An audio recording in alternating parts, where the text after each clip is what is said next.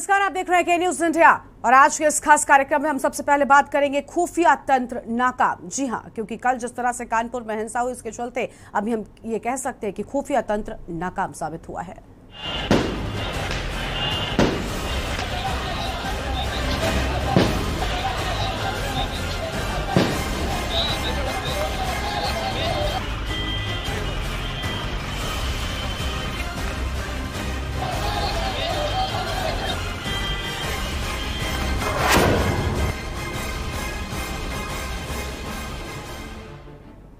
बीते शुक्रवार को देश का मैनचेस्टर कहे जाने वाला शहर हिंसा की आग में झुलस गया। शुरुआत यतीम खाना इलाके की मुख्य सड़क और बाजार से हुई। धर्म के नाम पर सामने आए दो गुटों के बीच पहले बहस की शुरुआत हुई और इसके बाद टकराव हुआ और फिर पथराव भी होने लगा। जब तक पुलिस मौके पर पहुंची तब तक सड़क पर हर तरफ पत्थर बिखरे पड़े थे, बाजार बंद हो चुके थे, कई गाड़ियां तोड़ी फोड़ी जा चुकी थी। पुलिस ने दंगाइयों को खदेड़ना शुरू किया तो ये लोग अंदर की बस्ती और तंग गलियों में जा घुसे और वहीं से पुलिस को ही निशाना बनाना शुरू कर दिया, जिसमें कई पुलिस वाले जख्मी हो गए। पथराव काफी देर तक जारी रहा। आसपास के थानों में भी पुलिस बुलानी पड़ गई और इस दौरान दंगाइयों को तितर बितर करने के लिए पुलिस ने आंसू गैस के गोले भी छोड़े। देर रात हालातों पर पुलिस ने काबू पा लिया और इसके बाद कमिश्नर, डीएम और पुलिस कमिश्नर ने पूरी फोर्स पीएसी और आरएएफ के साथ हिंसा प्रभावित इलाकों में फ्लैग मार्च किया। लेकिन इन सब के बीच सवाल भी बड़ा खड़ा हुआ है कि आखिर चूक कहां हुई, लोकल इंटेलिजेंस फेल क्यों हुआ। शहर में सबसे बड़ी वीवीआईपी मूवमेंट के बावजूद खुफिया तंत्र नाकाम कैसे हो गया। कानपुर हिंसा मामले के मुख्य आरोपी हाद जफर हाशमी को पुलिस ने बताया जाता है कि लखनऊ के हजरतगंज से गिरफ्तार कर लिया है। पुलिस ने बताया है कि अब तक इस मामले में 36 लोग गिरफ्तार किए जा चुके हैं। कानपुर के पुलिस कमिश्नर विजय सिंह मीणा ने बताया कि ह्यूमन इंटेलिजेंस से पता चला है कि आरोपी शहर छोड़कर जा रहे हैं।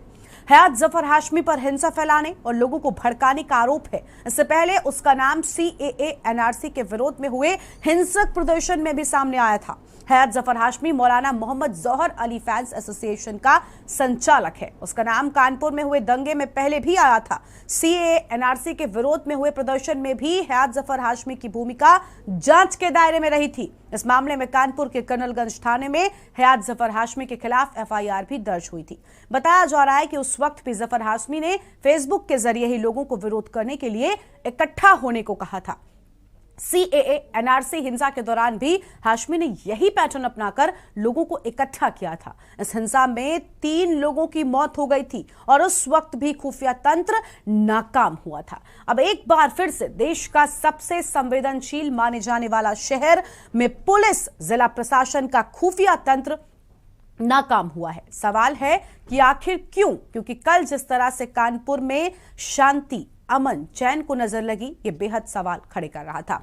खुफिया तंत्र फेल या नाकाम रहे इंतजामात, ये सारे बड़े सवाल हैं और इन पर आज हम विस्तार से बातचीत करेंगे। तो ये अहम खबर आपको बता दें, जहां पर कानपुर में हुई हिंसा को लेकर आज पुलिस कमिश्नर विजय सिंह मीणा ने प्रेस कॉन्फ्रेंस की। विजय सिंह मीणा ने अपनी प्रेस कॉन्फ्रेंस में बड़ी बातें कही। उन्होंने बहुत कुछ कहा कि हाद जफर की गिरफ्तारी के साथ ही पीएफआई के कनेक्शन पर भी पुलिस कमिश्नर ने अपनी बात रखी है। लेकिन खुफिया तंत्र की नाकामी पर पुलिस कमिश्नर ने प्रेस कॉन्फ्रेंस खत्म कर दी। क्या पुलिस कमिश्नर विजय सिंह मीणा ने प्रेस कॉन्फ्रेंस में क्या कुछ कहा है, हम ये भी आपको सुनाते हैं। पूरी इस साजिश को चेक किया गया। जब सारी चीजें निकल कर आई तो जो साजिश करता थे उनको आइडेंटिफाई किया गया और उसमें से जो मुख्य थे उनको आज पुलिस ने 12 घंटे से कम में भी समय में तत्काल गिरफ्तार कर लिया है। और ये जो पूरा घटनाक्रम था, इसके अंदर जो गिरफ्तार अभियुक्तगण है, इसके अंदर जिनकी नाम आए थे, ये है हयात जफर हाशमी, पुत्र रसीदुल जफर, थाना चमनगंज। ये राष्ट्रीय अध्यक्ष एमएम जौहर फैंस एसोसिएशन के हैं। ये लोग शहर छोड़कर निकल गए हैं। जानकारी में आया कि ये जो जावेद अहमद है, इसका Asian wise post news tube channel है लखनऊ में, थाना हजरतगंज में। जो भी दंगाई जिन्होंने शहर का माहौल खराब करने का प्रयास किया है, हम लोगों ने, हमें मीडिया के माध्यम से, आम जनता के माध्यम से सीसीटीवी फुटेज, साथ में इनके व्हाट्सएप पर जो मैसेजेस चल रहे थे वो सारी चीजें हमें प्राप्त हुई हैं, वीडियो प्राप्त हुए हैं, उनके बेसिस पे हम लोग लगातार आइडेंटिफाई कर रहे हैं। करीब 36 के आसपास लोगों को हम आइडेंटिफाई कर चुके हैं और इसके अतिरिक्त अभी ये प्रक्रिया है सतत जारी है और इन सभी को आइडेंटिफाई कर कर गिरफ्तार किया जाएगा और सख्त से सख्त कार्रवाई की जाएगी। देखिए, पीएफआई ने मणिपुर में और वेस्ट बंगाल में 3-6 का एक कॉल किया था और हमें कुछ सूचनाएं प्राप्त हुई हैं कि इन लोगों का भी कोई लिंक है। इसको अभी हम लोग, ये विवेचना का विषय है, इस लिंक को हम देख रहे हैं और जल्दी ही इस लिंक को भी स्टैब्लिश किया जाएगा और कार्रवाई की जाएगी। किसी को भी, किसी भी ऑर्गेनाइजेशन से व्यक्ति क्यों ना हो, किसी भी व्यक्ति को बख्शा नहीं जाएगा, किसी भी ऑर्गेनाइजेशन से वो बिलोंग करता हो, चाहे पीएफआई से हो चाहे कहीं और से। और ये भी चीज हम लोग देखेंगे कि इनकी फंडिंग कहीं किसी और जगह से तो नहीं हो रही है। कानपुर में 4 वीआईपी थे, कानपुर नगर में आज राष्ट्रपति को भी आना था और इतना बड़ा घटनाक्रम होता रहा। कहीं ना कहीं अभी आपने वीडियो भी देखे होंगे, वीडियो भी वायरल हुआ, फेसबुक पे उसने पोस्ट डाली है। तो आपका खुफिया तंत्र क्या कर रहा था? देखिए, कहीं ना कहीं ज्ञानव्यापी वाला मामला भी जो है उत्तर प्रदेश में चल रहा है और इस तरीके के जो हालात है वो यहाँ पहले भी उत्पन्न हो चुके। तो आपकी पुलिस सर क्या कर रही थी? इस चीज पे भी हम लोग समीक्षा कर लेंगे। अगर हमारे किसी पुलिस स्तर से किसी की कोई कमी पाई जाती है तो उस पर भी कार्रवाई की जाएगी। तो आपने सुना कि यहाँ पर पुलिस कमिश्नर क्या कुछ कहते हुए नजर आए हैं। और कानपुर हिंसा में पकड़े गए 18 लोगों को कानपुर जिला अस्पताल लाया गया है। के न्यूज संवाददाता विशाल पंडित ने हिरासत में लिए गए लोगों से और उनके परिजनों से भी खास बातचीत की है, वो भी सुनिए। कानपुर में हुई हिंसा के बाद जो लोग पकड़े गए थे उनको मेडिकल के लाया गया। क्या नाम है तुम्हारा? अर्फित अली। कहाँ से पकड़े गए हो तुम? हमको घर से उठाए हनुमानगंज से। घर से? हाँ, कहने पूछताछ के लिए ले चले सर। हम लोगों को अंदर डाल दी। कब उठाए? और किसी लड़के का कल रात में कहने पूछताछ करके छोड़ देंगे। 12 लोग थे, 12 लोग, 2 को छोड़े नहीं, 2 को। कौन 2 लोग? 2 लोग कौन? भाई वो लोग को छोड़ दिया भाई। लेबर थे वो लोग, पता चला लेबर थे, वो सीमेंट का काम कहीं कर रहे थे दुकान में। तो बिल्कुल कहीं ना कहीं। और इधर और भी लोग अभी जा रहे हैं जिस तरह से। ये भाई क्या नाम है तुम्हारा? आसिफ। क्या नाम है? रहमान। कहाँ से पकड़े गए हो तुम? हम लोग घर से। कहाँ से पकड़ा गया है तुमको? तो आरोप है यहाँ पर कि घर से लोग पकड़े गए हैं, उनके परिजन हैं यहाँ, उनसे भी बात करने की कोशिश करेंगे कि जिस तरह से लगातार कौन पकड़ा गया आपका? कहाँ से पकड़ा गया? घर से। घर में सो रहा था, 1:30 बजे रात में आए, हमको जगाया, हमसे कहने लगे आपका क्या नाम? हमने कहा जीसान। इसका क्या नाम है? अर्पित। कहने लगे फोटो मिलाने खाली ले जा रहे हैं और जैसे ले आ रहे हैं अभी अंदर छोड़ देंगे। तो हमारे घर में मेरी भाभी सब साथ में गई उनके और उसके बाद घर से ले आके उसको कोतवाली कर दिया और कहने लगे जाइए अभी इसकी पूछताछ करने के बाद हम आपको छोड़ देंगे। तो यहाँ लिया है पूछताछ करने के लिए। ये देखिए, ये है इंसाफ हो रहा है। एक समुदाय का ये इंसाफ हो रहा है और एक इसको वहाँ बैठा ले आराम से भी। कौन बैठा हुआ है? वहाँ जो दूसरे समुदाय पकड़ कर उनको बैठा ले हुए। क्या नाम है आपका? मेरे भाई को भी लाए हैं। क्या, कहाँ से लाए हैं उसको बेकनगंज से लाए हैं। सो रहा था, सोते से उठा के। कितने बजे की बात है ये? रात के 1:15 की बात है। सोते से लाए। वीडियो है अगर उसका कहीं तो हम लोग को दिखाएं, प्रूफ की वीडियो है इसलिए लाए हैं। कहीं भी वीडियो नहीं है। हमारे बच्चा फोन कर रहा था बहन को लाने के लिए, दोनों के मोबाइल दिखाए जाए, देखे जा रहे हैं। वो कुछ नहीं, बस इतने बच्चों को पकड़ रहा है, इतने तो पुलिस मार रही है उनको। कुछ लोग पुलिस से हिरासत मिली, उनको मेडिकल कराने लेते। क्या नाम है आपका? हाजी मोहम्मद नासिर। आपको क्यों पुलिस ने पकड़ा है? हमको पुलिस ने नहीं पकड़ा, हम पुलिस का कोऑपरेट कर रहे थे। भीड़ इकट्ठा थी, भीड़ को हटा रहे थे तो उधर से गुम्मे भीड़ ने चला दी, वो मेरे लग गया तो मुझे जो है ट्रीटमेंट के लिए भेजा तो पुलिस मुझे हनुमानगंज ले आई। बस इतनी बात है। क्या नाम है आपका? अनस नाम है सर मेरा। अनस नाम जी। कहाँ से पकड़ा आपको पुलिस? सर मैं परेड चौराहे पे मैं खड़ा हुआ था, मैं नमाज़ मैंने पढ़ी, मैं घर में अपने लेटा हुआ था। मैं बाहर निकला तो मैंने कहा पता नहीं क्या हो गया, क्यों इतना हल्ला मचा है। वहाँ पर आतिफ सर खड़े हुए थे। आतिफ सर ने मुझसे कहा कि यार अनस तुम थोड़ा सा, तुम्हारे मोहल्ले के लोग हैं, तुम इनको समझाओ। मैं उनको समझाने के लिए मैं गया। मैं एसएसपी साहब के साथ था, मैं प्रशासन के साथ था और मुझे सीआरपीएफ के जो दरोगा थे उन्हीं ने मुझसे पूछा कि कहाँ? तो मैंने कहा सर मैं यहीं स्टाफी में हूँ, मैं भी साथी में हूँ। तो उन्हीं ने बस मुझे मारना स्टार्ट कर दिया और मुझे मार करके बंद कर दिया। क्या नाम है बेटा तुम्हारा? बिलाल। तुम्हें कहाँ से पकड़ा है पुलिस ने? हमें परेड पास से। क्या कर रहे थे तुम? खड़े थे, देख रहे थे। क्या देख रहे थे? यही तो लड़ाई दंगे हो रहे थे। भागना होता हम भी भाग जाते, पकड़ने का जरूरत थी, लेकिन वो कहने तुमने बम मारे, गोली चलाई, ये सब बताने लग गए। कहाँ से पकड़ा? पेज बाग। कहाँ के रहने वाले हो तुम? हम मीरपुर छावनी। हाँ, मीरपुर बाग क्या करने आते? हम मूलगंज में काम करते हैं, सो बाजार में। सुना कि यहाँ पर किस तरह से पकड़े गए लोग ये कह रहे हैं कि उन्हें नींद में सोते हुए उठाया गया और उसके बाद थाने में बंद कर दिया गया। यानी कि साफ तौर पर ये लोग आरोपों से पल्ला झाड़ते हुए नजर आए हैं। और इसी बीच एक बड़ी खबर भी आपको हम बताते हैं। बड़ी खबर आपको हम बता दें कानपुर से है।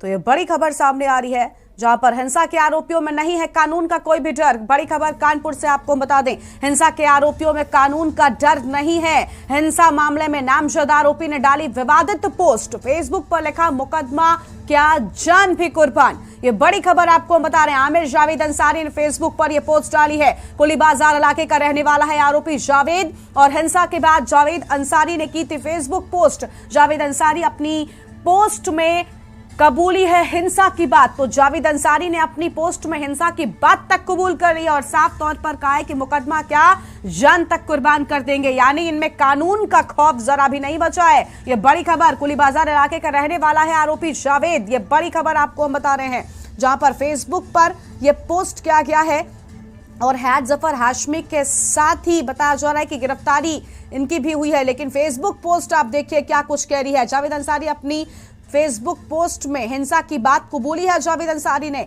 तो फिलहाल ये बड़ी खबर, हिंसा के आरोपियों में कानून का कोई भी डर नहीं बचा है। फिलहाल ये बड़ी खबर कानपुर से आपको बता दें, इन आरोपियों में कानून का डर नजर नहीं आता है। फेसबुक पोस्ट के जरिए ये साफ तौर पर कहते हैं कि मुकदमा क्या जान भी कुर्बान मोहम्मद साहब के नाम। ये साफ तौर पर यहाँ पर लिखते हैं इंशाअल्लाह। अपने इस पोस्ट में इस तरह की बातें लिखी गई हैं कि मुकदमा क्या जान भी कुर्बान है।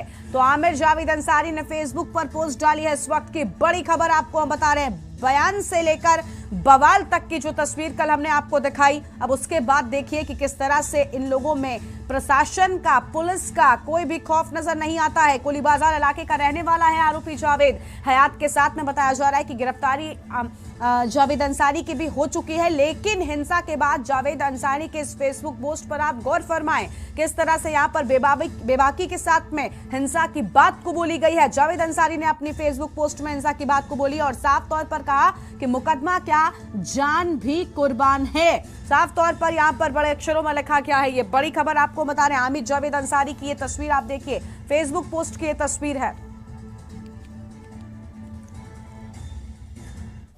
तो कानपुर हिंसा को लेकर आज हम विस्तार से बातचीत कर रहे हैं कि आखिर खुफिया तंत्र नाकाम क्यों हुआ। एक तरफ आरोपियों में डर नहीं है, दूसरी ओर जो लोग पकड़े गए हैं उनके परिजन कह रहे हैं कि नींद से सोते हुए उन्हें उठाया गया और थाने में बंद कर दिया गया है। और हमारे साथ में आज हमारे संवाददाता भी जुड़ेंगे, उससे विस्तार से बातचीत करेंगे। लेकिन उससे पहले एक दर्शक हमारे साथ में जुड़ चुकी हैं, रानी जी हमारे साथ में है। जी रानी, क्या कुछ कहना है आपका?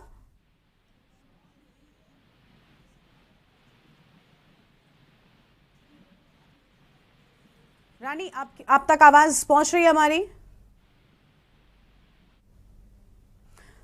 हमारे दर्शक से हमारा संपर्क फिलहाल टूट गया है। तो सवाल ये है कि कानपुर में माहौल खराब करने वाली जो साजिश हुई, आखिर इसका असल जिम्मेदार कौन? क्योंकि जो लोग पकड़े गए हैं वो लगातार ये कह रहे हैं कि हम सो रहे थे, हमें सोते से उठाया गया। एक तरफ प्रशासन पर भी कई सारे सवाल उठ रहे हैं कि आखिर प्रशासन का खुफिया तंत्र क्या कर रहा था। और अगर जो लोग पकड़े गए हैं वो जिस तरह की बात कह रहे हैं कि सोते हुए लोगों को उठाकर थाने में बंद कर दिया गया, तो क्या जल्दबाजी में बचने के लिए इस तरह की कार्रवाई प्रशासन की ओर से की गई? क्या असल दंगाइयों को बख्शा जा रहा है? ये भी बड़ा सवाल है, क्योंकि आखिर वीवीआईपी मूवमेंट के दौरान कानपुर में इतनी बड़ी ये हिंसा कैसे हो सकती है? तो पीएफआई का प्रयोग और कानपुर के दंगे का सहयोग की तस्वीरें आपको हम दिखा रहे हैं। लेकिन सवाल यहाँ पर यह भी उठता है कि कहीं ना कहीं ऐसा तो नहीं है कि पुलिस प्रशासन अपने गुटवा को दिखाने के लिए, दंगाइयों को बचाने के लिए यहाँ पर इस तरह का कदम उठा रहा है? क्योंकि जिस तरह से हमने देखा कल बड़ी संख्या में लोग एक साथ एकत्रित होकर यहाँ पर पत्थरबाजी, बमबारी और गोलीबारी करते हुए नजर आए थे। हमारे साथ में हमारे संवाददाता विशाल पंडित जुड़ चुके हैं और शैलराज भी हमारे साथ में मौजूद हैं।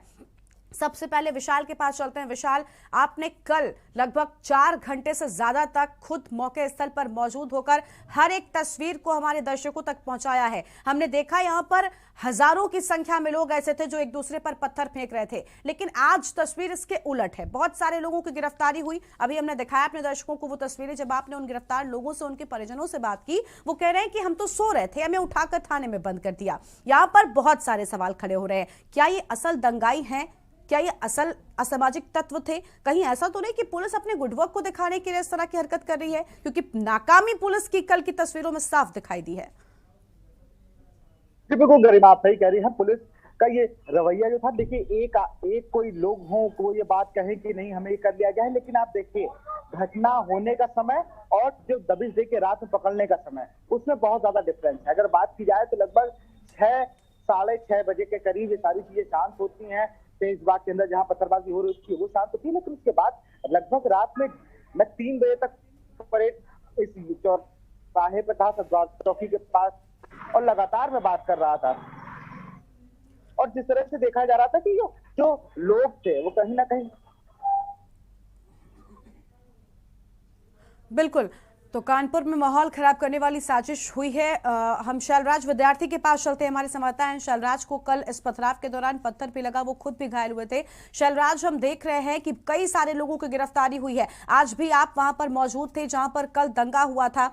क्या आपने भी बताया था कि बहुत सारे लोगों के घरों पर दबिश दी जा रही है? आज जिन लोगों की गिरफ्तारी हुई, जब विशाल उनसे बात कर रहे थे तो परिजन कह रहे हैं कि भाई हम तो सो रहे थे, हमें उठा कर ले आया गया। ऐसे में सवाल ये उठता है कि असल दंगाई आखिर कहां है? पुलिस उन तक कब पहुंचेगी? शैलराज, आपकी आवाज नहीं आ रही है। जी बोलिए बोलिए। आ रही है गरिमा। अगर देखा जाए तो ये पोस्टर तो पिछले 4-5 दिनों से लगातार दुकानों के बाहर लोगों के पास सर्कुलेट हो रहे थे कि भारत बंद, या ये दुकानें सारी बंद करेंगे, हम जेल भरो आंदोलन करेंगे। ये सारे पोस्टर जब एक तरफ शहर में सर्कुलेट हो रहे थे, दूसरी तरफ वीवीआईपी मूवमेंट चल रहा था, तो ये इंटेलिजेंस क्या कर रहा था उस समय, पुलिस का इंटेलिजेंस क्या कर रहा था उस समय, और क्यों इतना बड़ी हिंसा इस शहर में हुई, इस शहर के शांति को भंग करने की क्यों कोशिश करी गई, क्यों इस शहर में इतना बड़ा दंगा हो जाता है और पुलिस कमिश्नर को कानों कान खबर नहीं होती है। वो कहते हैं कि आपके मीडिया के थ्रू हमें पता चला कि ऐसा बवाल भी हुआ है शहर में। तो ये पूरी तरह पुलिस का फेलियर सामने आया है, जो कि कल हमने देखा, क्योंकि चारों तरफा पुलिस पर पत्थर बरसाए जा रहे थे और प्रशासन उस समय लाचार था। लेकिन जब जो रिजर्व टीम थी वो आती है, उसके बाद काफी हद तक मोर्चा संभालती है पुलिस, उसके बाद ये सब शांति होती है। लेकिन उससे पहले का जो माहौल था, वो सिर्फ बहुत बढ़ गया था, बहुत ही ज्यादा बड़ा हुआ था उस समय का माहौल। तो ये पूरी तरह से पुलिस का इंटेलिजेंस फेलियर है। बिल्कुल, कहीं ना कहीं पुलिस का इंटेलिजेंस फेलियर तो साफ तौर पर नजर आता है। एक दर्शक हमारे साथ में अनुज जुड़ चुके हैं झांसी से। जी अनुज, क्या कुछ कहना चाहेंगे आप? अनुज, आप तक आवाज पहुंच रही है क्या?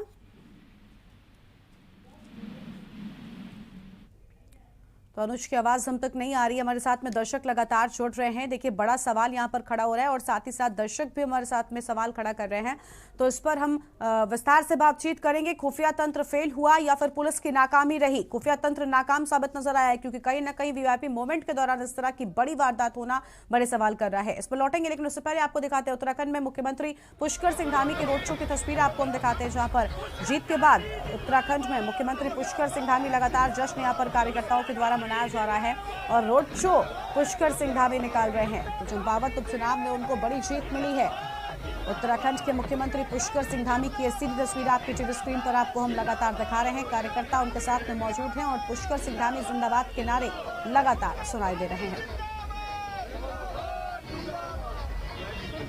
तो उत्तराखंड के मुख्यमंत्री पुष्कर सिंह धामी की ऐसी तस्वीर आपको हम दिखा रहे हैं उत्तराखंड से, जहां पर रोड शो यहां पर मुख्यमंत्री की ओर से किया जा रहा है। कार्यकर्ताओं की मौजूदगी इस रोड शो में है। लोगों ने हाथों में पार्टी के झंडे लिए हुए हैं और चंपावत में बड़ी जीत के बाद लगातार उत्तराखंड में जश्न मनाया जा रहा है। चंपावत उपचुनाव में पुष्कर सिंह धामी को बड़ी जीत मिली है।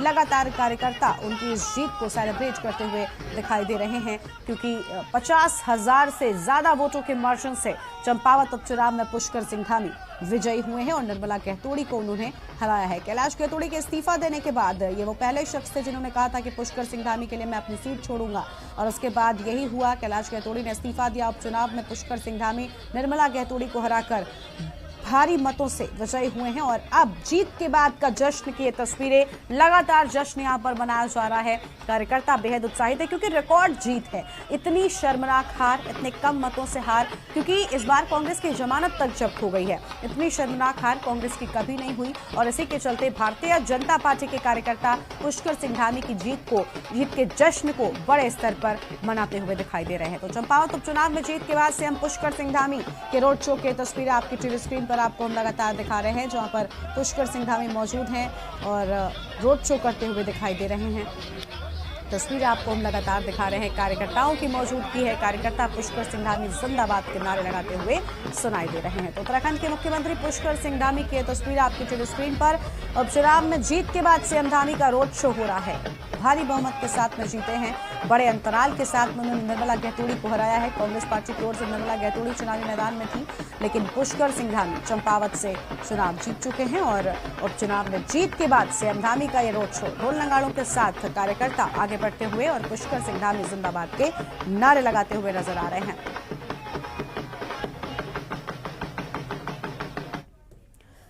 तो ढोल नगाड़ों के साथ में उपचुनाव की जीत का जश्न उत्तराखंड में एक और मनाया जा रहा है। तो वहीं दूसरी ओर अब आपको उत्तर प्रदेश के गोरखपुर लेकर चलते हैं, जहां पर मुख्यमंत्री योगी आदित्यनाथ क्या कुछ कहते हैं वो भी सुन लेते हैं। सेवा कैसे कर सकते हैं, यह एक उल्लेखनीय कार्य विगत 100 वर्षों से जो संस्था कर रही है उसका नाम है गीता प्रेस। आज का दिन महत्वपूर्ण इसलिए है क्योंकि 1955 में, आज से 67 वर्ष पूर्व,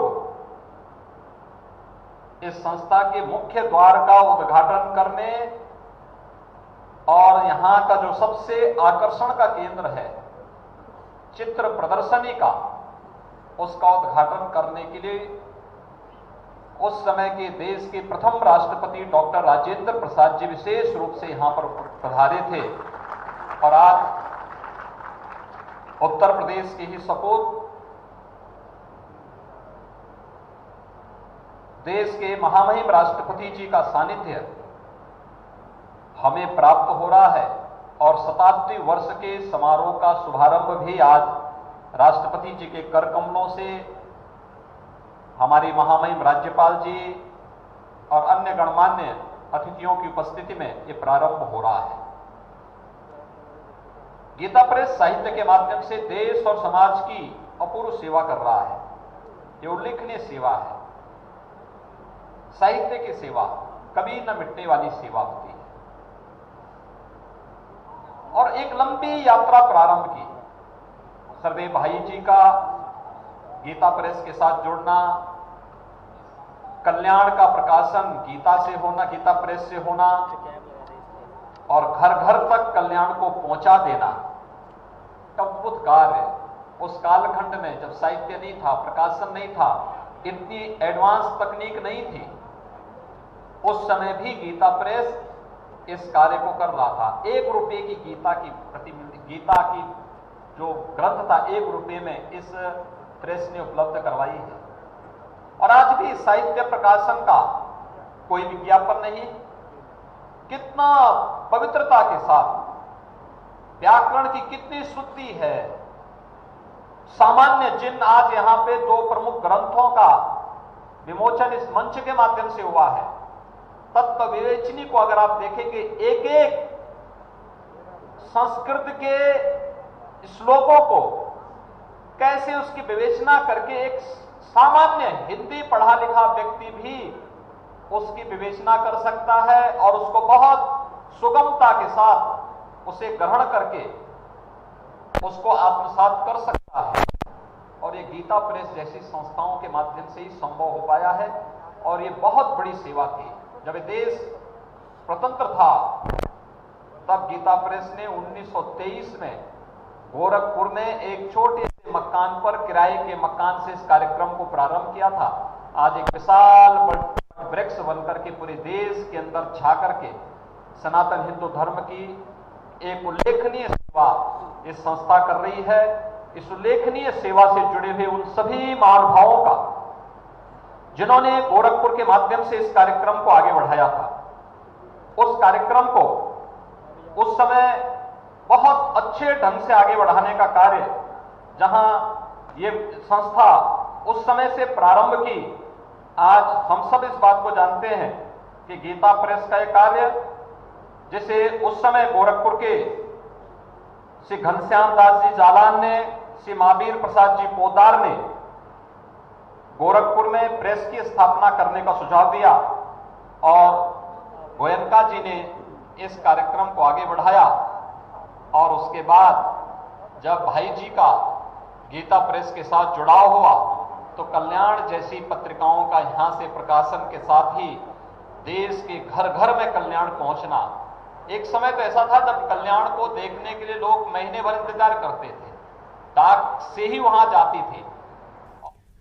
तो गीता प्रेस के 100 साल पूरे होने पर बोल रहे थे मुख्यमंत्री योगी आदित्यनाथ। गोरखपुर में आज राष्ट्रपति भी पहुंचे हुए हैं, उनका भी स्वागत करते हुए नजर आए हैं। और फिलहाल एक छोटे से ब्रेक के लिए यहाँ पर रुकते हैं, ब्रेक के बाद चल लौटेंगे। आप देख रहे हैं के न्यूज, खबरों का सारथी। मेरा वॉलेट, अच्छा ये है। सर, आप पेमेंट ऑनलाइन कर सकते हो। वाह, बड़े स्मार्ट हो। कहां से हो और कौन कौन है घर में? सर बस मैं हूँ, माँ है और छोटा भाई है। और सर मोदी जी भी। पीएम मोदी जी। मतलब?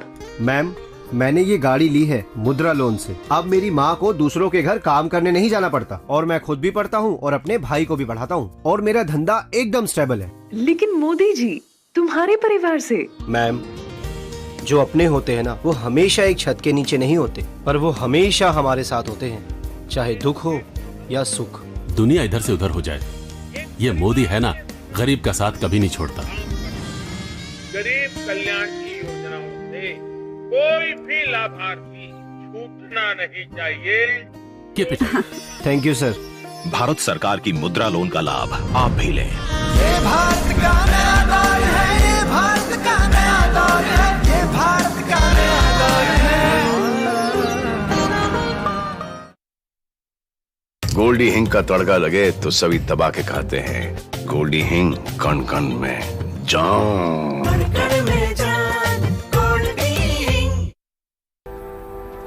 कुछ दिन ऐसे होते हैं when I love my job, और कुछ दिन ऐसे होते हैं कि I hate it। एक पायलट पे होता है इतना प्रेशर कि कूल रहना is not that easy। पर गर्मी में घर को कूल रखना is now too easy with Summer Cool coolers। Summer Cool celebrates the release of Runway 34। देखें कौन नया खिलाड़ी आया है। समझा देते हैं। प्यार से समझाएंगे। ये तो अपनी जुबान है। जुबान एक हो तो दिल भी एक होने चाहिए। विमल, बोलो जुबान केसरी। आप देख रहे हैं के न्यूज, खबरों का सारथी। ब्रेक के बाद आप सभी का स्वागत है। सबसे पहले आपको सुनाते हैं कि कमिश्नर विजय सिंह मीणा क्या कुछ कह रहे हैं। कल इसमें जो थे मौके से ही 18 लोगों को गिरफ्तार किया गया था। आज जो मुख्य साजिशकर्ता जो सामने आया था हाजी जफर आशमी, जो कि राष्ट्रीय अध्यक्ष है MM जौहर फैंस एसोसिएशन का, और उसके 3 साथी, इनको आज लखनऊ से गिरफ्तार किया गया है और हमारी जो क्राइम ब्रांच की टीम है उसके द्वारा इनको गिरफ्तार किया गया है। इनसे पूछताछ की गई है इन लोगों से और उसके अंदर कुछ लोगों के नाम आए हैं और इनको अब रिमांड पे लिया जाएगा। इनके जो अकाउंट्स हैं उनको चेक किए जाएंगे, इनके जो मोबाइल्स की डिटेल्स हैं, इनके इंस्टाग्राम हैं, व्हाट्सएप हैं, सबको चेक किया जाएगा और उसके बेसिस पे ये अन्य किन लोगों से लिंक्ड हैं, कहाँ पर इनकी गतिविधियाँ रही हैं, सिर्फ प्रदेश में रही हैं या अन्य जगह पे भी रही हैं, किस किस ऑर्गेनाइजेशन से ये जुड़े हुए हैं, सारे पहलुओं पर बहुत ही डिटेल में जांच की जाएगी और जितने भी लोग संलिप्त हैं उनके खिलाफ सख्त से सख्त कार्रवाई की जाएगी। गैंगस्टर एक्ट के तहत कार्रवाई की जाएगी, कुछ लोगों के खिलाफ NSA के तहत कार्रवाई की जाएगी, ताकि हम लोग स्पष्ट संदेश दे सकें कि किसी भी दंगाई को, किसी भी उपद्रवी को बख्शा नहीं जाएगा। मैंने आपसे कहा कि जो भी ये नाम आ रहा है, इस चीज़ की हम लोग जांच कर रहे हैं, इनके अकाउंट्स को चेक करेंगे, किससे इनके अकाउंट्स लिंक्ड हैं और उस बेसिस पर अगर पाया जाता है कि इनकी फंडिंग कहीं से हो रही है तो उन लोगों के खिलाफ भी कार्रवाई की जाएगी। चलिए, थैंक यू। साफ तौर पर कहा कि गैंगस्टर और एनएसए की कार्रवाई भी इन पर की जाएगी ताकि संदेश जनता के बीच में साफ जा सके कि हिंसा करने वालों को बख्शा नहीं जाएगा। लेकिन सवाल यहां पर बड़ा ये उठता है कि आखिर इस तरह की हिंसा करने की हिमाकत इन दंगाइयों की कैसे हो गई, खुफिया तंत्र फेल कैसे हो गया। अगर आप दिन के पर भी गौर करें तो कल का दिन बेहद खास था।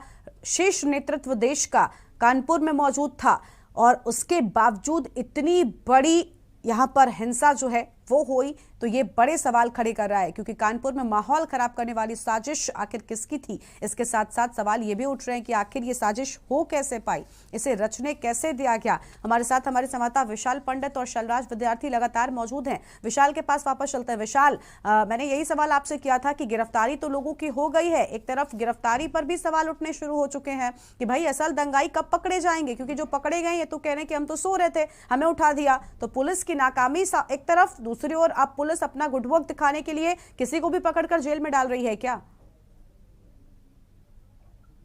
बिल्कुल कह सकते हैं, क्योंकि मैं जितने भी परिजनों से वहां मिला, जिन्होंने उससे बात करी, वो लगातार यही कह रहे थे कि मेरा बेटा, किसी का बच्चा, किसी का भांजा यहाँ पर मुंबई से आया हुआ था, वो पेपर देने आया हुआ था, तो उसको अपनी बहन को लेने जाता है, उसको पकड़ लिया जाता है।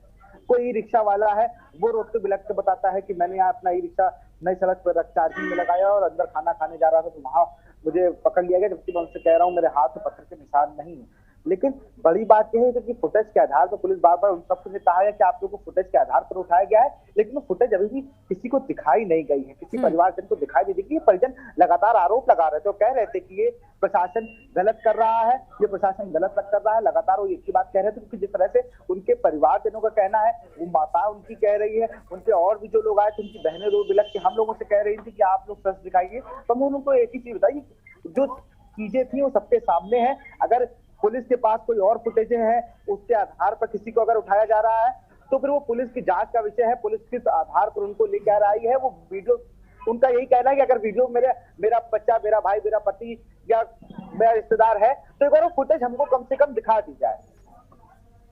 बिल्कुल साफ तौर पर यहाँ पर विशाल देखिए सवाल बहुत खड़े हो रहे हैं। एक तरफ इस पूरी साजिश को लेकर सवाल है, दूसरी ओर पुलिस की कार्यशैली पर भी सवाल हो रहे हैं। एक सवाल हम शैलेश के साथ करते हैं, उसके बाद शैलराज के पास चलेंगे। उससे पहले एक दर्शक हमारे साथ में जुड़ रहे हैं, संजय हैं। जी संजय जी, क्या कहना चाहते हैं आप? मैं ये कहना चाह रहा हूँ कि जिस जगह पर ये सारा इंसिडेंट हुआ है वो वैसे भी पहले से बदनाम जगह रही है, और जब पहले एक बार वहां पर राइट्स हुए थे तो एडीएम को गोली मार दी गई थी जी। तो इसलिए चूंकि पुलिस बल जो है वो खुद वहां डरा रहता है, क्योंकि ये योगी सरकार तो उन्होंने इतनी हिम्मत जुटाई भी है, वरना किसी साधारण पुलिस वाले की, चाहे एसओ हो चाहे एसपी हो, उसकी हिम्मत नहीं होती थी वो इन गलियों में जा सके। तो जो क्रेडिट है वो योगी सरकार को देना चाहिए कि 24 घंटे के अंदर इतनी तेजी से कार्रवाई हुई है। ठीक है कार्रवाई हुई है। बिल्कुल हम ये चाहते हैं कि कार्रवाई हो, जो असल दंगाई है उनको जेल में डाला जाए, उन पर सख्त से सख्त कार्रवाई हो। लेकिन यहाँ पर भी हम ये चाहते हैं कि सवाल ये भी उठ रहा है ना कि आखिर इस तरह की हिमाकत करने की इन दंगाइयों की हिम्मत कैसे हो गई। शैलराज, एक तरफ आपने सुना कि यहाँ पर लगातार लोग कह रहे हैं कि भाई हमारी गलती नहीं थी, हमें तो बिना वजह पकड़ लिया, लेकिन सवाल ये कि बिना वजह पकड़ जिनको लिया उनकी बात अलग, जो उन्होंने इस कायराना हरकत को अंजाम दिया है उनकी गिरफ्तारी आखिर कब? हयात की गिरफ्तारी को लेकर क्या कुछ कहा जा रहा था? अभी आमिर जावेद अंसारी की गिरफ्तारी को लेकर हमने दिखाया, उसने फेसबुक पर पोस्ट तक कर दिया कि मैं डरने वाला नहीं हूं, मुकदमा क्या है, जान भी कुर्बान है। तो इस तरह का अगर डर इनमें नहीं है तो ये बहुत बड़ा सवाल है।